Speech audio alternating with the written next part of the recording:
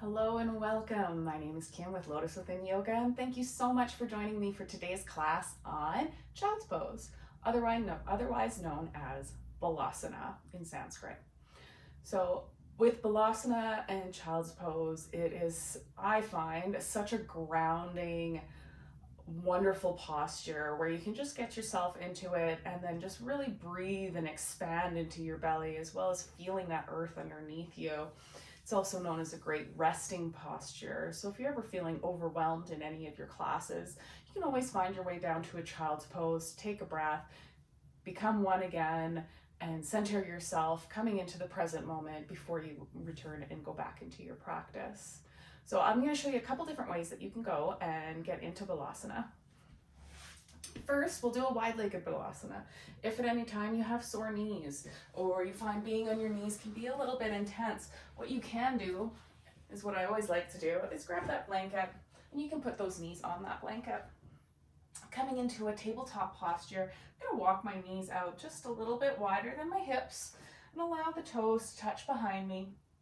And then I'm going to bring my hips back towards to meet my heels as much as you can. Now, you're not going to necessarily have the ability to go right down.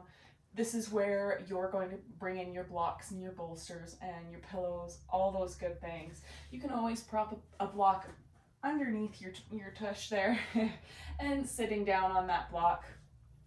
Or you can always bring that block out in front of you as you walk your hands forward and maybe leaning your forehead onto that block. Rolling those shoulders back and down the body, really using your hands to press into the mat, really feeling the earth.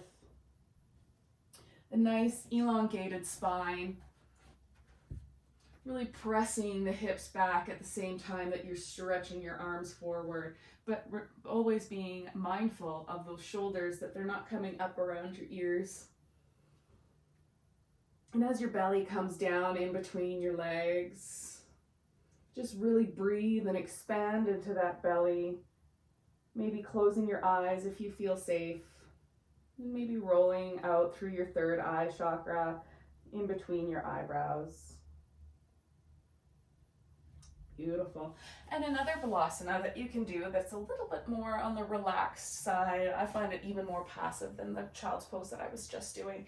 I'm actually going to walk my knees together so that they're touching in front of me, and my hips are going to sit back onto my heels. And now I'm just going to lean forward with the body as I drape it over my legs, bringing my head down to either that block or the mat, and having the arms stretch out behind you with the palms facing up, allowing the body to roll and curl into a little ball. And again, just expanding through the belly with every breath.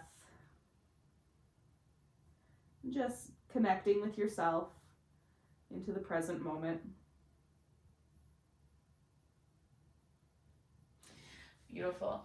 So child's pose is always a wonderful resting posture to take if you're ever overwhelmed with any part of your practice and you need to connect back with yourself.